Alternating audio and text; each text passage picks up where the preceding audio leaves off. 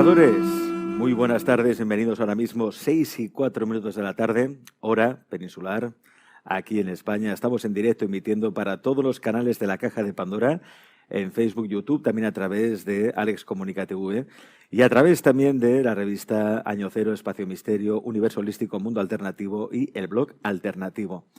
Para empezar el programa de hoy me gustaría que os quedarais con esa cara. Ese es el doctor Reinaldo Saccone. Es un médico argentino, muy popular en Argentina, muy reconocido, muy apreciado a nivel profesional y también a nivel personal, ya que es una persona que siempre está al lado de la lucha sindical, al lado de los más débiles, los más desfavorecidos, un hombre que siempre ha luchado por la igualdad y la justicia social. Pues bien, ¿por qué digo que tenéis que quedaros con esa cara? Porque este hombre, el doctor Saccone, ha difundido una nota de prensa a todos los medios de comunicación del mundo, donde dice cosas realmente importantes. Y me gustaría leeros parte de esa nota de prensa para empezar el programa, porque estoy seguro que no se va a difundir mucho. Esa nota de prensa, dudo mucho que os lo pongan, no sé, en La Sexta o en Telecinco o en Clarín o en otro medio institucionalizado, ¿no?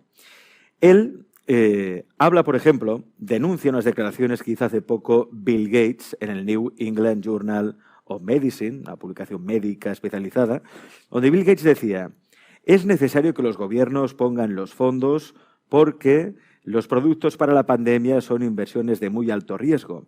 El financiamiento público minimizaría los riesgos para las empresas farmacéuticas y ayudaría al hecho de que se involucraran mucho más en la elaboración de la vacuna. Y no solo eso, Bill Gates decía que además los estados deberían comprar los productos de las farmacéuticas y hacerse cargo también de la distribución. Es decir, el negocio redondo, ¿no? El Estado, con nuestro dinero, paga a las farmacéuticas para que elaboren las vacunas y además luego les compra las vacunas y luego se ocupa de la distribución. Y eso sí, no a precio de coste, sino con los beneficios que toda empresa privada, ¿no?, capitalista, siempre quiere tener cuando vende un producto. Y es que el negocio de la salud es muy lucrativo, y esto no es opinión, lo digo para el ejército de trolls que suele visitar todos los canales de YouTube en busca de vídeos para que al más mínimo resquicio poder denunciar y cerrar el canal. Esto no es opinión, son datos objetivos. A mediados de marzo de 2020, de este año, mientras caían las bolsas del planeta, las acciones de Alpha Pro Tech, fabricante de mascarillas que ha hecho el negocio del siglo, se disparaban un 232%. Co-Diagnostics subía sus acciones un 1.370% gracias a su kit de diagnóstico del virus responsable de la pandemia. Cepheid, principal fabricante mundial de test para detectar el COVID-19, vende su famoso test por casi $20 cuando su coste real es de 3. Es decir, financiamos con dinero público estas empresas privadas, pero luego ellos hacen su negocio. Porque claro, si lo vendieran a $3, perfecto, pero claro, es que lo venden $17 por encima del precio normal, ¿no? Las acciones, por ejemplo, del laboratorio californiano Gilead pegaban un salto de un 20% por las perspectivas del antiviral Remdesivir contra el COVID-19. Y atención, porque esta es la gran, El valor bursátil de Inovio Pharmaceuticals, empresa que cuenta con el apoyo financiero de Bill Gates y Melinda Gates, escalaba un 200% por su vacuna experimental Inno 4800. Estos son datos objetivos, esto no es opinión, esto no nos lo inventamos, esto es lo que es la realidad. Y es lo que denuncia este médico argentino. Quedaos con este nombre, doctor Reinaldo Saccone, expresidente de la Asociación de Profesionales de la Salud de la provincia de Buenos Aires. Y por eso, hoy en el programa, vamos a hablar de ello, de este negocio que es evidente, pero de lo que hay detrás, porque no creo que todo esto se haga solo para vender vacunas. Y lo vamos a hacer con nuestro próximo invitado. Esteban Cabal, bienvenido. Hola, Alex, gracias.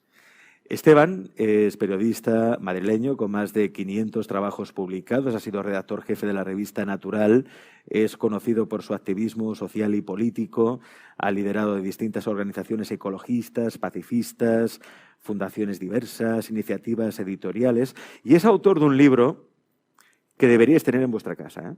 Porque es un libro que explica con hechos objetivos, con datos, con estadísticas, que sí, que existe un gobierno mundial, que las élites financieras lo tienen todo muy bien planeado. Este libro se llama El Gobierno Mundial. Gobierno Mundial. Lo podéis encontrar en Amazon, en cualquier librería. Pero en Amazon si vais, o a la Casa del Libro, ahí tenéis este libro. Gobierno Mundial. Lo tenéis que tener, además lo podéis comprar en formato Kindle digital, así que no hay pérdida. Quien quiera estar bien informado tiene las herramientas. Otra cosa es que uno quiera estar bien informado. Esteban, yo recuerdo que te hice una entrevista hace 5 años, que se puede ver en este mismo canal, en la que recuerdo que te mostrabas optimista, ya que venías a decir que el capitalismo le quedaban 2 telediarios y que aprenderíamos a organizarnos de otra manera, ¿no? Con todo esto que hemos explicado, de este negocio de la salud, con todo lo que está pasando ahora, ¿sigues igual de optimista? Sí, sí, exactamente igual. Y una cosa te quería decir. Yo no recomendaría comprar mi libro a través de Amazon, porque precisamente Amazon es lo más parecido a lo que denuncio en el libro, a ese gobierno mundial en la sombra, que no es que exista, que tiende a existir, que intenta existir, que quiere existir y que todavía estamos a tiempo de impedirlo. Yo prefiero que la gente compre el libro pues a través de la editorial, a través de mandalaediciones.com o a través de cualquier librería, si es pequeña mejor, y si no, bueno, pues la Casa del Libro y centros así también lo venden contra reembolso a toda España, a todo el mundo. Me parece lo más apropiado, yo lo decía por la facilidad de manejo de uso, porque mucha gente ya compra libros allí, pero tienes razón en eso. Es decir, si ya hacemos un discurso contra las élites, hombre, pues no compremos en Amazon. Si es que tienes me has tocado la fibra, Alex, porque yo soy de familia de libreros y editores. Mi padre era librero y editor. Y Amazon es lo que se ha cargado el pequeño comercio y se ha cargado las librerías, se ha cargado y se está cargando la industria cultural. O sea, precisamente el modelo de Amazon es de lo que debemos huir, del modelo de Amazon, de Uber y de todas estas empresas globalistas. Claro. Bueno, pero ¿cómo huir, ¿no?, de estas empresas globalistas que se han hecho con todo el mercado? Ahora hablaremos de ello. Pero a mí me gustaría saber si sigues igual de optimista que en aquella entrevista, porque tú me decías, al capitalismo le quedan 2 telediarios, sobre todo por la crisis energética del petróleo, pero yo lo veo muy fuerte aún, ¿eh?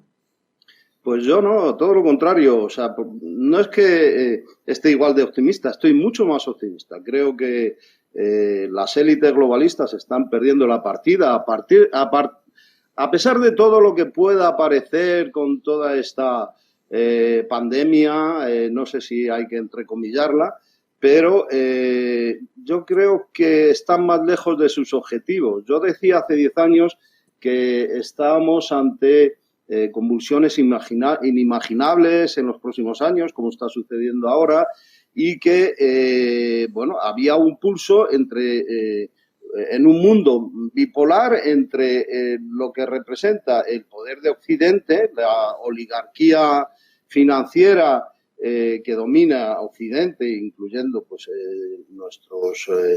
nuestro propio país, y el otro polo que está conformado por los países emergentes, que antes era lo que representaban los BRICS, que ahora se ha ido desdibujando un poco la figura de los BRICS, pero permanece el eje sólido, la gran alianza entre las potencias emergentes, Rusia y China, fundamentalmente China y Rusia, y también pues con un papel muy destacado otras potencias como la India, ¿no? O como Irán, Venezuela, que son estratégicas por el tema del petróleo y de la energía. Es decir, que sigues pensando que al capitalismo le queda poco. Bueno, es que estamos asistiendo al colapso del capitalismo. Yo creo que eso nadie lo duda. No sabemos muy bien cómo vamos a salir de aquí. Pero esto era un colapso anunciado. De hecho, pues el colapso no es que se inicie ahora con la crisis del coronavirus, es que ya estábamos dentro de un proceso pausado y pautado de colapso, dentro de un colapso a cámara lenta, pero ahora ya es cuando ha explotado. Cuando ha explotado porque hemos estado construyendo una economía que se parece a un sistema de Ponzi que necesariamente está abocada al colapso, una economía financiera y virtual pues que no tenía otra salida que el colapso. Entonces ahora pues tendremos que asistir a una transformación global muy profunda en todos los órdenes, pero fundamentalmente tenemos que ver un cambio en el sistema monetario, no solamente en el modelo económico, sino particularmente en el sistema bancario y el sistema monetario, ¿no? Cuando Y yo hablas creo de que la... Sí. Sí. Cuando hablas de un cambio económico, cambio en el sistema monetario, ¿te refieres a que ahora va a entrar más en boga, entrará más las monedas sociales, monedas digitales, criptomoneda, Bitcoin, etcétera?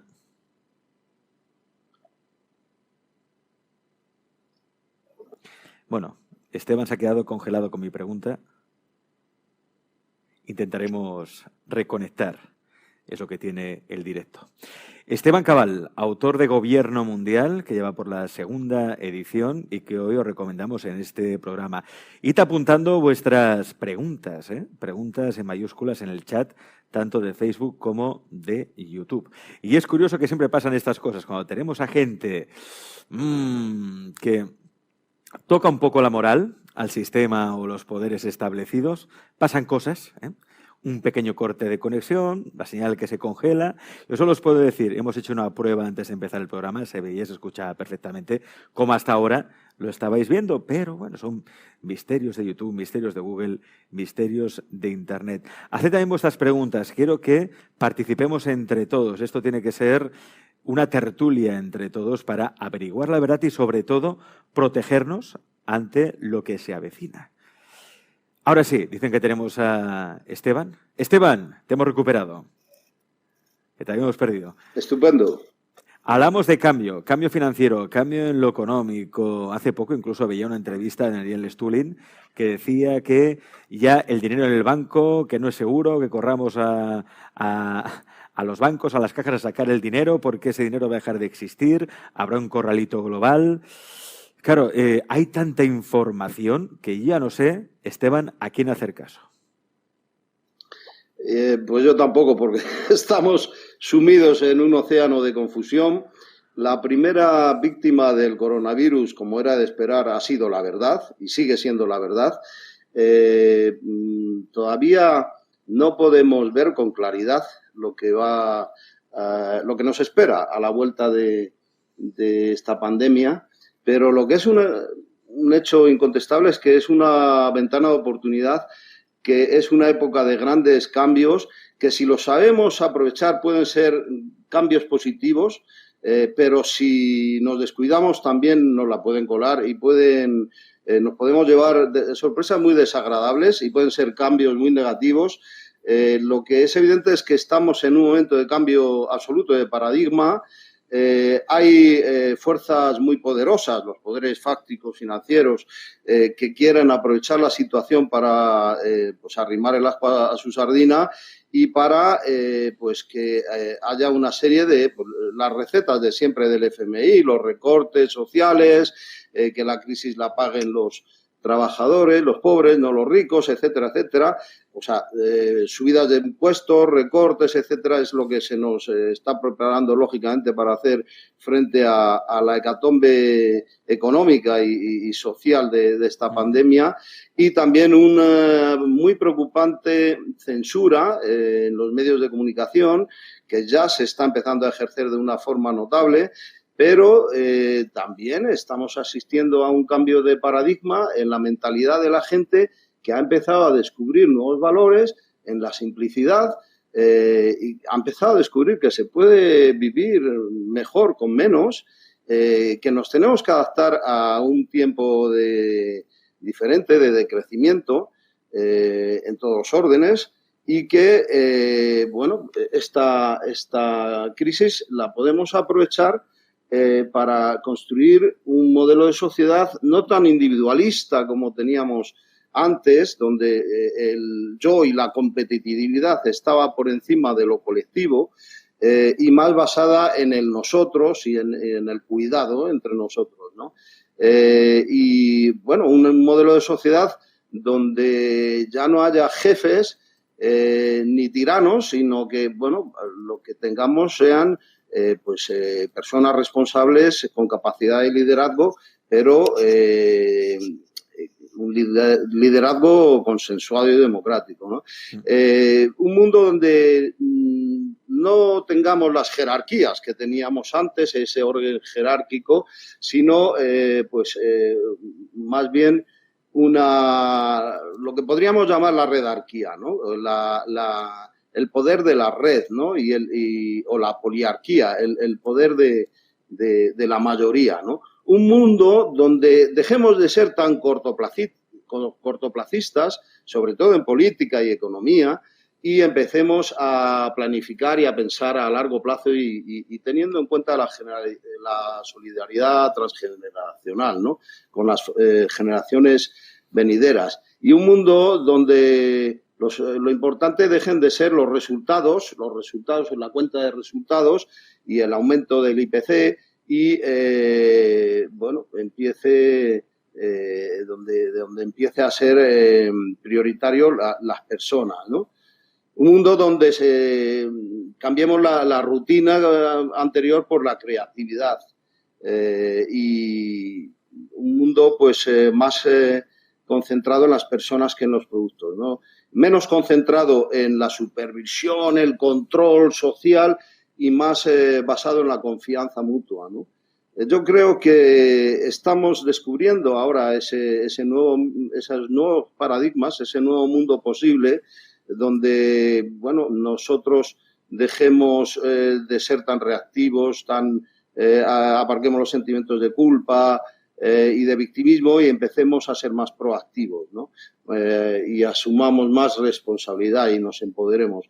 Un mundo donde deje de premiarse la ignorancia, que es algo que hacen, yo creo que todas las religiones, menos los budistas, que es la única religión para la que la ignorancia es un pecado, y empiece a valorarse más la conciencia y la sabiduría. O sea, un mundo no basado en la escasez, sino en la abundancia, y un mundo menos material y más holístico y más espiritual, ¿no?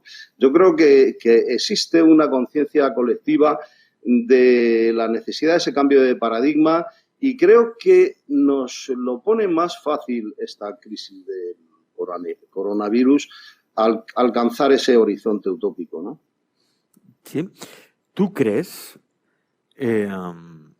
¿Tú lo crees realmente eso, Esteban? Porque yo lo que estoy viendo es que todos estamos comprando un poco seguridad o falsa sensación de seguridad a cambio de ceder buena parte de nuestros derechos y nuestras libertades, ¿no? Estamos en una sociedad, ahora ya, esto ya es libertad vigilada del todo, ya no se corta ni un pelo. Se dice incluso que hay una doctrina, la doctrina del shock, que empezó con los atentados de las Torres Gemelas el 11 de septiembre de 2001, ¿no? En el que ya la sociedad en general ya empezó a perder esa libertad. Claro, es lo que tú decías, ¿no? Hay que vigilar que no nos la cuelen y que no nos quiten libertades, esas libertades que nos hemos ganado entre todos, ¿no? Y que la cosa vaya a peor en ese sentido. Pero bueno, yo por lo que veo tú, Esteban, eres optimista, a pesar de todo. Sí, porque creo que nos estamos liberando del miedo. El miedo es lo que nos hace inaccesible ese mundo utópico que estamos deseando, ¿no? Si nos libramos del miedo podemos acceder a él más fácilmente ahora que antes, porque tenemos más conciencia.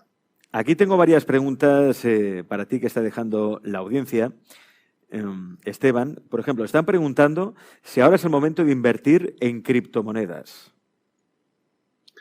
No recomendaría yo, porque todavía el mercado de la criptomoneda está en la prehistoria. No digo que no sea una buena inversión. Todo depende, es un mercado muy complicado, hay que saber mucho. Probablemente es una buena inversión si se conoce bien ese mercado y se invierte no en cualquier criptomoneda, sino en algunas que pueden ser interesantes como inversión, pero Si no conoces bien ese mercado, es mejor que no te metas, que no inviertas ahí. No, la criptomoneda tiene muchísimo futuro, hasta tal punto que puede que sustituya completamente al sistema de monedas y billetes que conocemos actualmente, al sistema del dinero líquido y pero todavía está demasiado enmarañado. No quiere decir que yo no invirtiera, por ejemplo, si viviera en Venezuela, pues compraría la criptomoneda oficial del gobierno, que la emite el gobierno de Venezuela, y que además es bastante rentable, por cierto, a pesar de lo que digan por ahí los siempre vociferantes opositores, ¿no? Pero todavía no está definido por dónde va a ir el futuro sistema monetario, y donde tenemos que poner el foco de atención es en China, en los movimientos que haga China para lanzar al mundo su moneda universal, porque puede que esa sea la alternativa real al dólar, que está en declive y que es posible que desaparezca. Yo creo que esta crisis que estamos viendo es solo un primer episodio de un culebrón muy fuerte y con capítulos incluso mucho más duros que el que estamos viviendo y más importantes, como va a ser, por ejemplo, el desplome del dólar.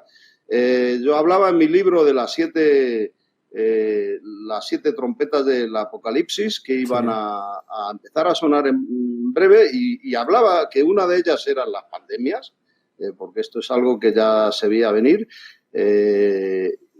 y también mencionaba el desplome del dólar, que es posible que se produzca muy pronto.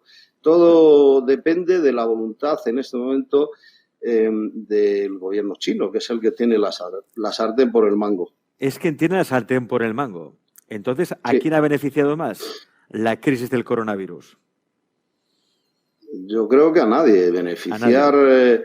bueno, es que cuando todos salen perjudicados, siempre unos salen más perjudicados que otros. A lo mejor algunos se beneficia porque ha perdido menos que su vecino. Pero así netamente beneficiados está por ver. Ni siquiera Bill Gates. Ya veremos si vende alguna vacuna. Yo no lo tengo tan claro, ¿No va a vender vacunas Bill Gates? ¿No le va a salir bien el negocio o qué? No tiene por qué. Primero, no son vacunas reales. A veces hablamos de vacunas cuando en realidad son sucedáneos. No son vacunas que garanticen que no vas a coger la enfermedad, o no son vacunas que se les pueda llamar así con rigor científico y semántico. O sea, no son vacunas reales. Dudo mucho que podamos contar con una vacuna, por lo menos a corto plazo, para este virus, que todavía conocemos muy poco sobre él. Habría que aislarlo, y no solamente... Es que fíjate que quien está haciendo el ridículo en esta pandemia es el estamento científico. No digo la ciencia, porque la ciencia yo la respeto mucho y la quiero, porque la ciencia son dos cosas. Es un método y es una doctrina. Y lo que está fallando es la doctrina. La doctrina es el estamento científico, es la Organización Mundial de la Salud, que se contradice continuamente y dice auténticos disparates y barbaridades. Es pues las academias de ciencias, los ministros de sanidad, etcétera. O sea, los colegios de médicos, el farmaindustria, todo lo que representa la industria farmacéutica, pues está haciendo muchísimo el ridículo, con unos test absolutamente poco serios, nada fiables, que fallan en algunos casos más que una escopeta de feria, que además ni siquiera detectan el virus, porque es que lo que detectan pues son restos de ADN parciales, o sea, no es un engaño tras otro. La OMS sigue diciendo que lo de la mascarilla, por ejemplo, pues que no es necesario en absoluto. Pero claro, los gobiernos insisten en que sí, pero antes decían lo contrario. Es todo un esperpento. La comunicación, las versiones oficiales respecto a cómo abordar esta crisis. Yo creo que se está haciendo una gestión muy mala, pésima de la crisis, especialmente en algunos países y notablemente en España, que es uno de los más afectados en el mundo. Y bueno, creo que aquí se ha falseado tanto, se han dicho tantas mentiras que en algún momento los gobiernos van a tener que rectificar, que pedir disculpas y asumir responsabilidades. Por ejemplo, respecto al número de muertos, es toda una falacia. Aquí está habiendo más muertos por los efectos colaterales del virus que por el virus mismo. En los hospitales ha muerto muchísima gente, pero ha muerto mucha gente que no tenía ninguna patología vírica, que habían ingresado por otros temas, pero se han muerto por desatención médica, porque se han suprimido operaciones, tratamientos, se ha desplazado a la gente a otros sitios o se los ha mandado para casa. Ha sido un absoluto caos administrativo y eso ha provocado muchísimas muertes. Pero también se ha muerto mucha gente en los hospitales que figuran en la lista oficial del coronavirus, que los han incluido en esa lista porque han dado positivo en los análisis, pero no habían ingresado en el hospital con síntomas de coronavirus, habían ingresado por otras patologías completamente diferentes y se han infectado en los hospitales, que han sido uno de los principales focos de contagio. Tampoco es verdad que haya sido el principal. El principal porque la propaganda se basaba al principio en que había que evitar a toda costa el colapso del sistema sanitario. Ahora nos estamos enterando que el 70% de los fallecidos en España han fallecido en residencias de la tercera edad. Ni siquiera han fallecido en hospitales y han fallecido sin asistencia médica. Esto es muy grave lo que ha pasado, ¿no? Es verdad que ha habido un pequeño colapso del sistema sanitario, pero eso ocurre todos los años, ha sido muy breve, apenas no ha llegado a una semana, donde pues se han saturado y ha faltado también personal. Es verdad que ha habido muchísimos contagiados dentro del personal sanitario, pero eso es consecuencia de la mala gestión, eso se podía haber evitado perfectamente, pero es que además desde el principio se han hecho malas cosas. Se tenían que haber aislado a los enfermos, no a los sanos. Esto contradice toda la metodología de los epidemiólogos, ¿no? O sea, aquí, Esteban, hemos hablado en este programa de cómo realmente el confinamiento selectivo, los países que han abogado por el confinamiento selectivo están saliendo mejor de la crisis que los que han apostado por un confinamiento normal, absoluto de la población. Y esto no es opinión, ¿eh? Esto son datos objetivos, hechos objetivos, solo tenéis que consultar los datos. Es que aquí nos han mentido hasta en eso, nos han dicho que en China estaban todos confinados y es mentira. Yo tengo un sobrino que vive en China, que es monje Shaolin, y él no ha estado confinado. La mayoría de los chinos no han estado confinados. China tiene 1.400 millones y han estado confinados 44 millones. Es decir, una cantidad muy grande porque equivale casi a la población española, pero también es muy pequeña si tenemos en cuenta el volumen de la población china. O sea, que es un porcentaje ridículo. En el mundo no han estado confinados todos los habitantes del planeta como algunos imaginan. Han estado confinados o están confinados pues a lo mejor 1 de cada 5, no más. La mayoría de los países el confinamiento ha sido muy light, muy ligero, nada que ver con el que hemos sufrido en España, donde además ha habido violación de derechos fundamentales de los ciudadanos, que eso no lo debemos tolerar. ¿Cómo cuáles? Bueno, en primer lugar, se ha utilizado la Constitución para violar la propia Constitución. Yo creo que el propio decreto de emergencia es inconstitucional porque suprime derechos fundamentales protegidos por la Constitución. No se puede utilizar un artículo de la Constitución para ir contra la Constitución y cargarse los derechos fundamentales que protege la Constitución, y eso es lo que se ha hecho. Seguimos en directo, estamos con Esteban Cabal, autor de Gobierno Mundial. Es momento también de hacer vuestras preguntas. Yo quiero hacer una, que es la pregunta que todos nos hacemos, Esteban, con todo lo que estamos viviendo, ¿no? Porque dicen, de acuerdo, el virus, ¿no? El COVID-19, el coronavirus, surge de un murciélago que mordió a un cerdo, se ve que el cerdo ya tenía ese virus, entonces el murciélago lo comió alguien en China, en Wuhan. Pero también hay otras teorías, ¿no? Lo que a mí me escama mucho es que hay mucho silencio, con todo esto.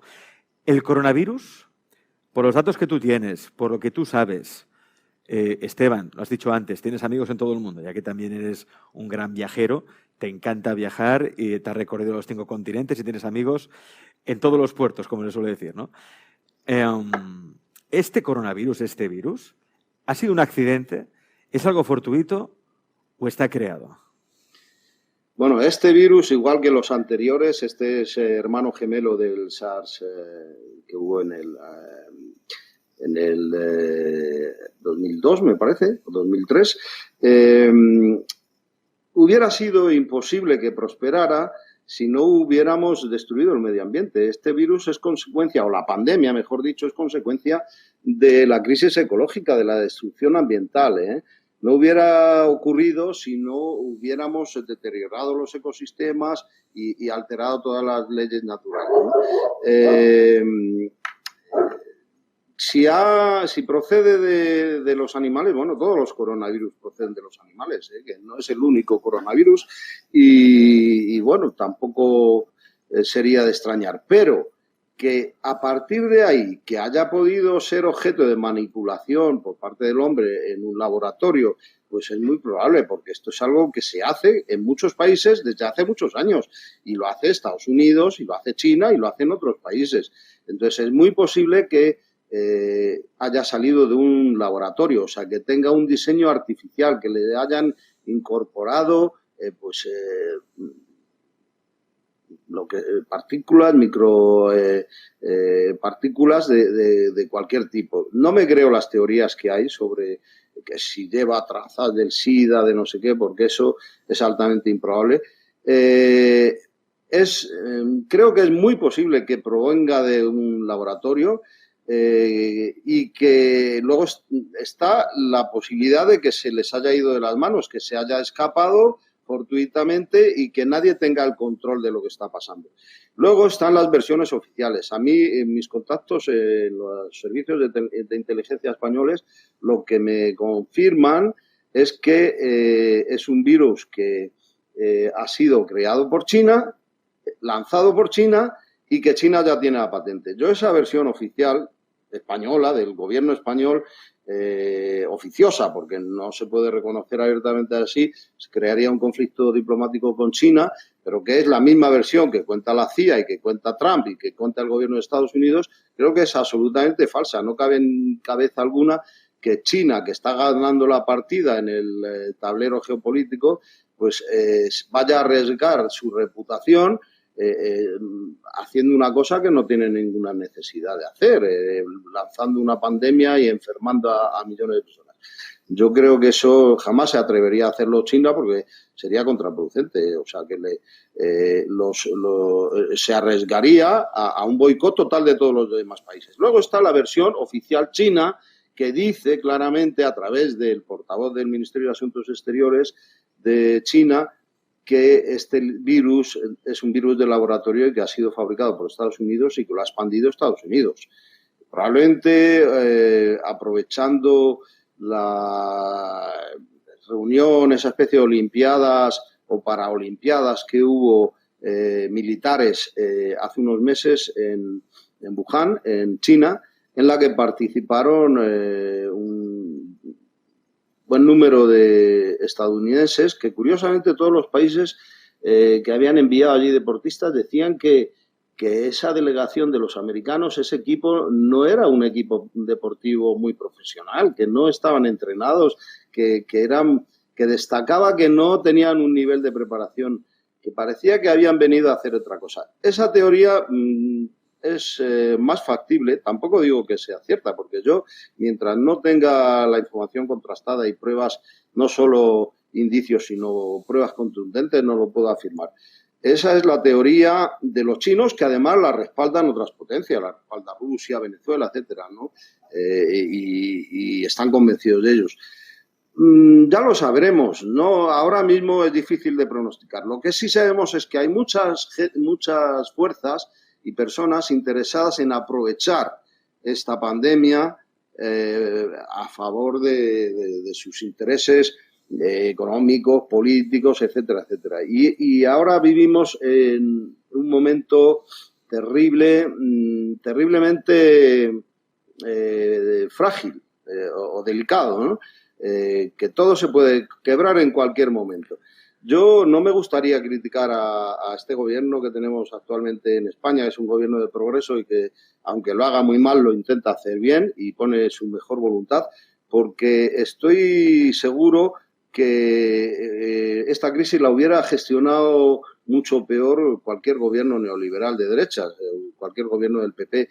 Y criticar a este gobierno es arriesgarnos a que le tome el relevo a otro gobierno peor, que lo haría mucho peor. O sea, me refiero a que si tumban este gobierno, que es lo que pretenden algunos sectores, algunas voces que resuenan desde la ultraderecha, la alternativa a este gobierno solo puede ser lo que llaman la gran coalición, de lo que ya vengo hablando hace muchos años y advirtiendo del peligro que tiene, que sería un gobierno conformado por el PP y el PSOE, una especie de alianza de izquierda y derecha, y en este caso sí hay que poner entre comillas. Sí, lo que pasa, Esteban, también es que quizá nos fijamos mucho en los partidos políticos cuando hay un gobierno que está por encima. Tú, de hecho, en tu libro Gobierno Mundial hablas de eso, habla de las élites financieras, los que manejan a los gobiernos, y hablas de grupos de poder como, por ejemplo, el Club Bilderberg, del que ya hemos hablado mucho en este programa,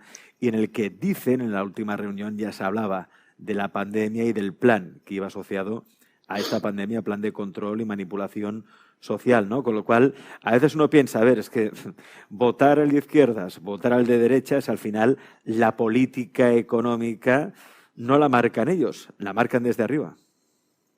El Club Bilderberg, que es un lobby hasta hace poco secreto de la oligarquía financiera, no es el gobierno del mundo en la sombra, es un instrumento en manos de los globalistas, de esa élite que persigue imponer su nuevo orden mundial totalitario, su gobierno mundial plutocrático. Es una herramienta para fabricar consensos entre distintos sectores de la élite, sectores que van desde los militares a las casas reales, a las grandes multinacionales, los banqueros, etcétera.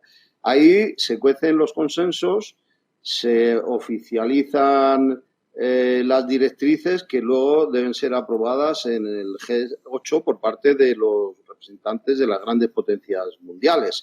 O sea que sí que ejerce una gran influencia y marca la agenda internacional, pero sirve como la cocina de los consensos. Pero en realidad las políticas ya están fijadas con anterioridad por esas poquísimas familias dinásticas que tienen el poder casi absoluto en Occidente desde la época del Imperio Romano y todavía la nobleza negra veneciana, todas esas familias que no deben ser más de 300 en todo el mundo.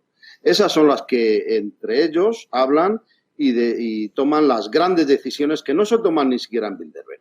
Se toman en casa de Rockefeller, de Warburg o de Rothschild.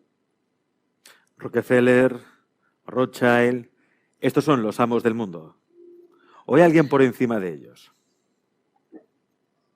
No, vamos a ver, los amos del mundo son los banqueros y las multinacionales, que es lo mismo, porque todas las multinacionales son de los banqueros. Si tú rascas un poquito en el accionariado de las grandes corporaciones multinacionales, pues verás que están en manos de los bancos y también de los grandes medios de comunicación. Miras a ver quién es el accionariado del Grupo Prisa, que es el mayor oligopolio de la comunicación en España, y son todos los grandes bancos. Pero es que más de la mitad del capital ya es directamente de los bancos, pero es que de la otra mitad del capital son también multinacionales que están en manos de los bancos, que si entras ahí a analizar el capital, también más de la mitad es de los bancos. Y luego el resto que queda vuelves a analizar y también es de los bancos. Al final son los banqueros internacionales, lógicamente los más visibles, emblemáticos, o los que tienen un destacado papel político y mediático, pues son pues la familia de Rockefeller, aunque en este caso ya menos, porque ya sabes que falleció hace poco el patriarca David Rockefeller. Rothschild son las más conocidas, pero hay otras muchas, son pues eso, en su mayoría anglosajonas y viven pues en Europa y en Estados Unidos, Australia, Canadá y los paraísos fiscales, básicamente. Esteban, en tu libro sostienes que históricamente siempre ha habido un enfrentamiento entre poderes, ¿no? El poder dominante y el poder en la oposición. Dices, de esa lucha entre la burguesía urbana y la monarquía absolutista feudal surgió, por ejemplo, con la Revolución Francesa, la República. De la lucha entre el socialismo de las clases obreras y el capitalismo burgués dio lugar en la segunda mitad del siglo XX al estado del bienestar que aún hoy disfrutamos, ¿no? Ahora mismo estamos ante una nueva dialéctica, un nuevo enfrentamiento entre poderes.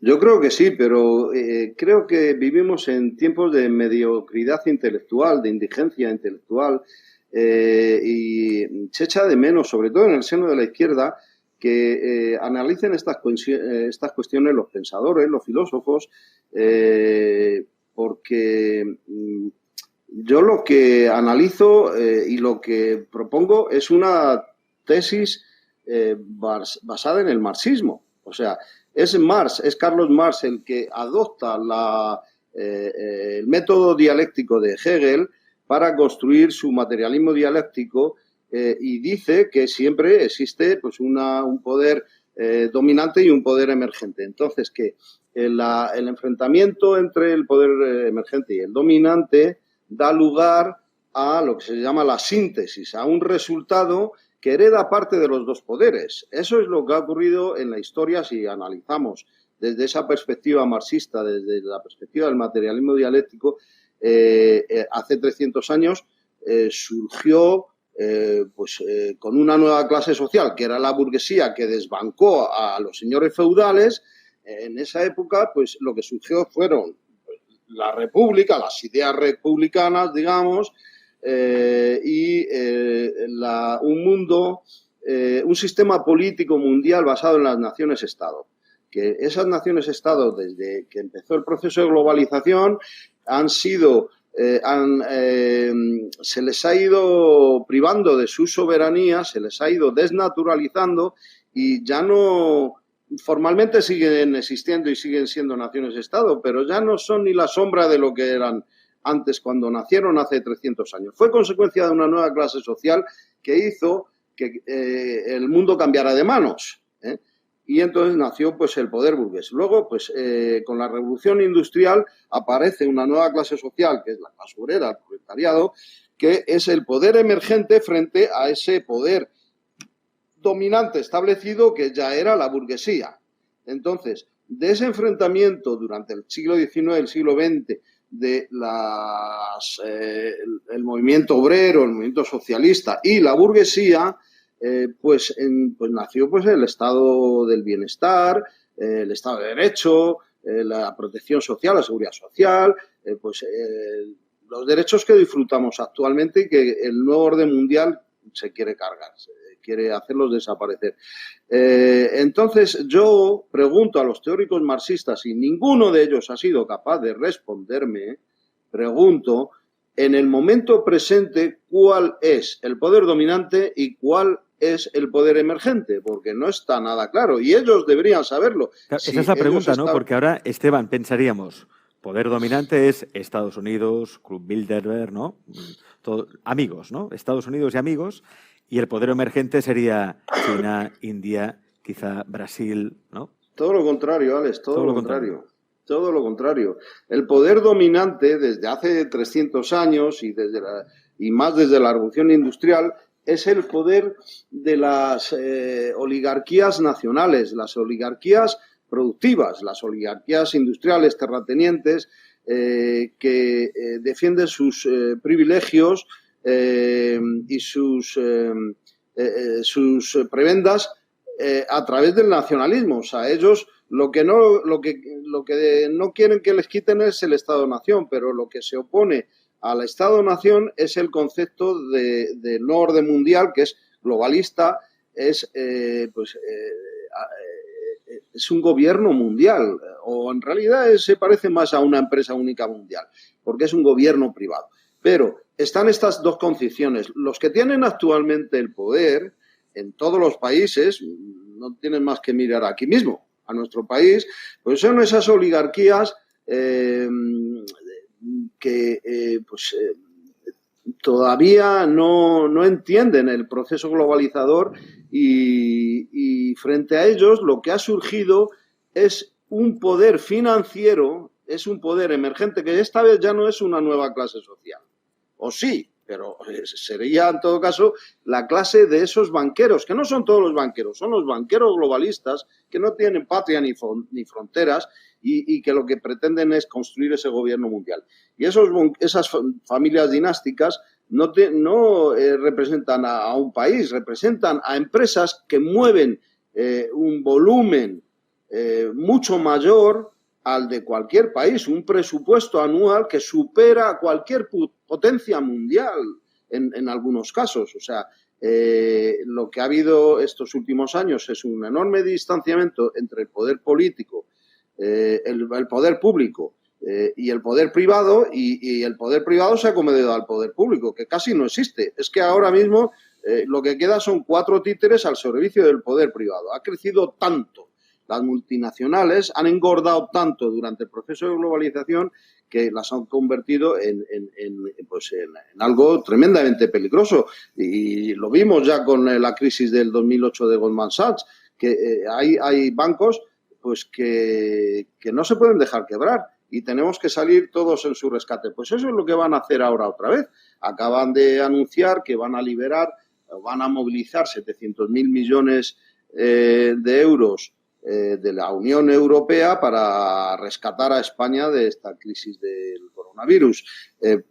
No es ningún regalo, porque por culpa de esos tratados internacionales que succionan la soberanía de los estados, pues el Banco Central Europeo no puede ayudar directamente a los gobiernos. Tiene que prestar el dinero a la banca privada y lo va a hacer a un interés del 0% prácticamente, y esa banca privada luego le presta a nuestro gobierno cuando lo necesite, le presta a los estados a un interés de 5, el 6, el 7%. Y de ahí viene esa deuda pública. Esto es una gran estafa que nos va a costar esta vez pues unos 50 mil millones de euros aproximadamente el rescate bancario anunciado desde Bruselas. Y aún así, Esteban sigue siendo optimista. Sí, porque pero es que, fíjate lo que estamos planteando, ¿eh? Es decir, el Banco Central Europeo, en el caso de Europa, va a rescatar bancos otra vez. Venga, un nuevo rescate bancario, ¿para qué? Para que nuestras entidades financieras puedan insuflar a la pequeña empresa, mediana empresa, les puedan conceder créditos, y al final es lo de siempre. ¿Quién hace el negocio aquí? Los bancos. Antes hablábamos, ¿no? ¿Quién se está beneficiando de esta crisis económica, crisis de salud que estamos viviendo en el mundo? Pues muchas farmacéuticas, ¿no? Fabricantes de mascarillas, los que dicen que están con tratamientos experimentales y eso revaloriza sus acciones en bolsa. Claro, estamos viendo que los de siempre son los que van a sacar más tajada de todo esto. Por lo tanto, yo cuando alguien me dice, no, es que esto va a ser el fin de la globalización, del capitalismo, va a haber un mundo que sea todo mucho más ecológico, habrá una conciencia mucho más ecológica. Hombre, pues yo, por lo que estoy viendo, Esteban, no va hacia ahí, ¿eh? Los movimientos que yo estoy observando ahora, ahora mismo, no van en ese sentido. Bueno, el problema es que estamos al borde de una hecatombe mundial, una hecatombe social, y va a ser asimétrica, no se va a producir de la misma manera en todos los países, porque hay países mejor preparados para afrontar una crisis global que otros, ¿no? Eso lo vimos cuando colapsó la Unión Soviética, por ejemplo, pues tuvo un alcance limitado, tuvo bastante alcance el colapso, pero no fue tanto como lo que ocurriría en Estados Unidos si hay un colapso en Estados Unidos, porque en Estados Unidos la población es mucho más petrodependiente, vive más diseminada, está mucho más armada, todo el mundo tiene un fusil, un rifle, una pistola y una ametralladora, y la estructura social y económica y también la cultura, que es mucho más insolidaria y más individualista, pues hace que tenga todas las papeletas para el peor escenario en caso de hecatombe social. En caso de hecatombe social, quien mejor se va a sobreponer probablemente sean algunos países del tercer mundo que ya viven en la hecatombe, que ya están acostumbrados a la crisis permanente. Díselo a los cubanos, por ejemplo, no van a notar un gran cambio. Donde vamos a notar quizá un gran cambio es en los países adictos al consumo, ¿no? Donde pues el consumo se va a frenar de una manera notable y van a aparecer bolsas de pobreza, lo que se llama el cuarto mundo en las grandes ciudades, que van a generar pues escenarios de mucha violencia y un estallido social que pues necesitará de la intervención de las fuerzas del orden público, y esto es algo que compromete a cualquier gobierno. Va a ser muy difícil gestionar lo que se nos viene encima. Ahora parece que Donald Trump sea el bueno, ¿no?, de la película. Dicen que es el que se está oponiendo a Kurt Bilderberg, a las élites. Incluso no está, digamos que no está siguiendo tampoco las directrices de la OMS, ¿no? Lo cuestiona absolutamente todo. No, él y dicen que ahora es el bueno un... de la película, Donald Trump. No lo creo. Además es que nunca me lo podría imaginar siendo el bueno de la película, no hay más que mirarle a la cara. Yo creo que Donald Trump representa a la oligarquía americana, pero representa a la oligarquía más rancia y más nacionalista. Es lo que te digo, o sea, la oligarquía no es homogénea y hay un sector globalista, pero hay otro que es nacionalista. Por ejemplo, representa a lo que sería la oligarquía terrateniente en España, la oligarquía de Franco, la que gobernaba con Franco, que sigue teniendo un inmenso poder, pero cada vez menos. Frente a esa oligarquía nacionalista que representa Trump y que se opone lógicamente a los planes globalistas y a la oligarquía globalista que representa el Club Bilderberg y la trilateral. El Club Bilderberg es solo un lobby globalista, hay muchos más. Está la trilateral, está el CFR, que es el verdadero gobierno en la sombra de Estados Unidos. ¿El CFR? ¿Qué es el CFR? El Consejo de Relaciones Exteriores de Estados Unidos, pues es un centro de entrenamiento para no solo políticos de primera fila, primeros espadas, sino también para empresarios, o sea, directores, CEOs de multinacionales, CEOs de grandes medios de comunicación, CEOs de los grandes institutos de guerra psicológica, de lavado de cerebro, los tanques de pensamiento, estos tipo Instituto Tavistock, etcétera.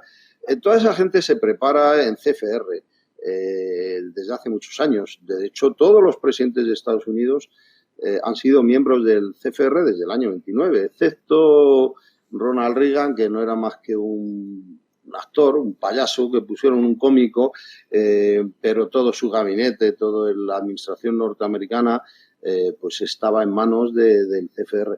Y excepto también ahora con el caso de Trump, que Trump, es verdad que ha habido una ruptura dentro de la oligarquía que representa Bilderberg, porque hay un sector de la oligarquía que piensa, hemos perdido, y piensa con acierto, porque es muy sensato pensar así, estamos perdiendo la guerra frente a China. Entonces, tenemos que cambiar de estrategia. Brzezinski, la estrategia el líder globalista de la trilateral, que también murió recientemente, ha fracasado.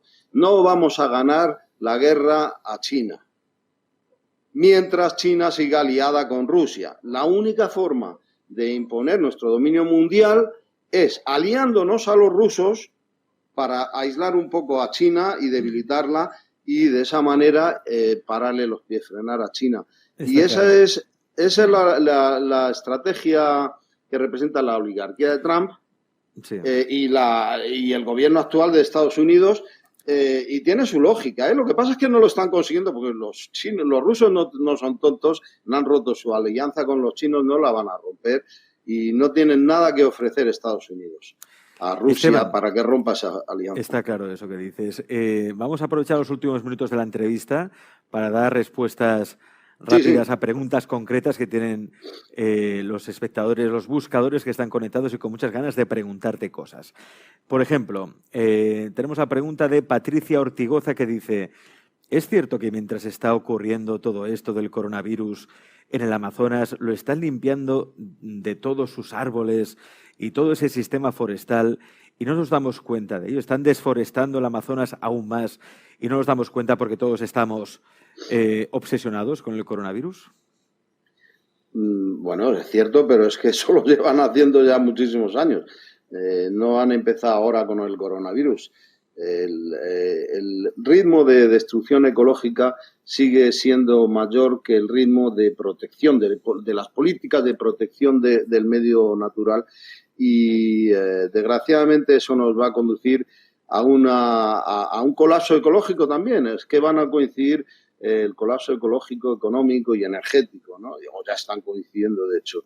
Y ahí tenemos el cambio climático como amenaza inmediata que ya está produciendo cientos de millones de refugiados y desplazados ambientales y que pues a veces no vamos a poder distinguir si es consecuencia de la pandemia o del cambio climático, porque se entrelazan los dos fenómenos. Está claro.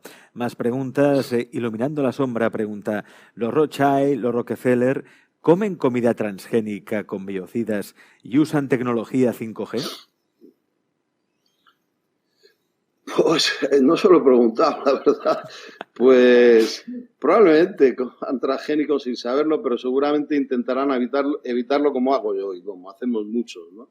Y 5G, yo también estoy muy preocupado con este tema. Yo soy contrario a la instalación de la red de 5G, no solo por las consecuencias que puede tener para la salud y el medio ambiente, y no solo por la teoría nueva de que puede potenciar el desarrollo del coronavirus, de la pandemia, porque si superpones el plano de implantación de la red 5G con el plano de las consecuencias de la pandemia, coincide que en los focos donde más instalaciones de 5G hay es donde más casos de contagio y de fallecimiento por coronavirus hay. Esto es un dato que llama la atención y es digno de ser investigado por los que puedan hacerlo, por los científicos. No sé, yo creo que el 5G es un mundo muy complicado. A mí no me preocupa solo por la salud y el medio ambiente, me preocupa sobre todo por el control social y la limitación de derechos que implica o que lleva imbricado, ¿no? O implícito, porque estamos ante un posible periodo de censura. Ellos, por todos los medios tratan de pastorearnos y conducirnos a una especie de esclavitud consentida, a un horizonte de nuevo orden mundial donde estemos a gusto siendo esclavos. Pues un poco eso que ya nos habían advertido en sus libros Aldous Huxley o George Orwell, ¿no? Sus libros distópicos. La esclavitud consentida es el objetivo de las élites. Y eso lo puede facilitar a través del control social y la falta de la invasión de la intimidad, el 5G, por supuesto, lo facilitaría. Pero también hay un potente control por parte de China del 5G y hay un boicot explícito de las fuerzas vinculadas a la administración norteamericana en contra del 5G chino. Dentro del 5G también se está librando una importante batalla de la guerra comercial entre Estados Unidos y China. Está claro. Seguimos las preguntas de Siré Baptista. Dice: en Venezuela estamos sin agua, sin gasolina, sin luz y tenemos el internet más malo del mundo. Explíqueme cómo dice que somos una potencia. No creo que estén sin agua y sin luz en Venezuela, no, no. El gobierno de Venezuela está asistiendo a la población, sobre todo a la población más necesitada, para garantizar que nadie se quede atrás y que nadie pase hambre. Y bueno, es un gobierno que está sufriendo las consecuencias de un terrible bloqueo, pues como pasa también con Cuba, y también está sufriendo las consecuencias del desplome de los combustibles fósiles, que le afecta directamente. El gobierno de Venezuela ha hecho muchísimas cosas mal, se equivoca muchísimo y tendría que acometer una transformación radical de la estructura económica del país, y no creo que tenga voluntad de hacerlo. Yo no apoyo al gobierno de Venezuela, no apoyo al gobierno de Venezuela, pero apoyo menos a los que apoyan a los golpistas como Guaidó, que bueno, pues ahora se ha destapado que estaban comprando mercenarios. Estaban comprando mercenarios que se han infiltrado en territorio venezolano y que han sido detenidos, mercenarios de ejércitos privados como Silvercop. Concretamente hay dos mercenarios de Silvercop detenidos recientemente esta semana por el gobierno de Venezuela, que demuestra que lo que está intentando otra vez Estados Unidos es un golpe de Estado contra un gobierno que ha sido elegido democráticamente. Esteban, perdona, es que vamos mal de tiempo. Una última pregunta y ya está. Es un tema que preocupa mucho a todo el mundo. ¿Recomienda sacar el dinero de los bancos? Es muy probable que asistamos a un corralito. No sabemos cuándo, probablemente no sea algo inmediato, puede ser dentro de meses, un año, dos, no lo sé. Yo no confío en los bancos y no aconsejo a nadie que confíe. Son usureros y estafadores profesionales, son atracadores los bancos, eso ya lo sabemos. Entonces, bueno, yo no digo que no tenga dinero en los bancos, algo tengo porque lo necesito para pagar a través de, y más ahora llevo más de 60 días confinado sin poder salir de casa prácticamente. Entonces, para las operaciones telemáticas, claro que necesitamos una cuenta porque no tenemos más remedio, pero cuanto más podamos liberarnos de los bancos y menos dependamos de ellos y menos dinero tengamos ahí, mejor, mejor. Pero no solo de los bancos, sino de todas las multinacionales. El problema es que si nos ponemos a analizar el salario que nos dan cada mes, el 90% se va a compañías multinacionales. ¿En qué nos gastamos el dinero? ¿En qué nos gastamos el dinero realmente? En coches, en gasolina, en Microsoft, en Google, en multinacionales. Entonces, tenemos que empezar a acostumbrarnos a vivir al margen de las multinacionales y al margen del capitalismo si queremos salir de él. No hay otra manera. Gracias por estar en Pandora. Yo recomiendo, si tenéis ocasión, que os leáis su libro Gobierno Mundial, que lo podéis comprar en cualquier librería. Y como él me corregía al principio, ahí está, es el libro. La librería cuanto más pequeña mejor, y tal pequeño comercio. Comprad, bueno, no compréis en las grandes corporaciones o grandes multinacionales. Comercio de proximidad, que yo creo que va a ser uno de los principales beneficiados con esta crisis, si es cierto que se acabará la globalización. Lo veremos con el paso del tiempo. Esteban, gracias, cuídate mucho. Gracias, Alex.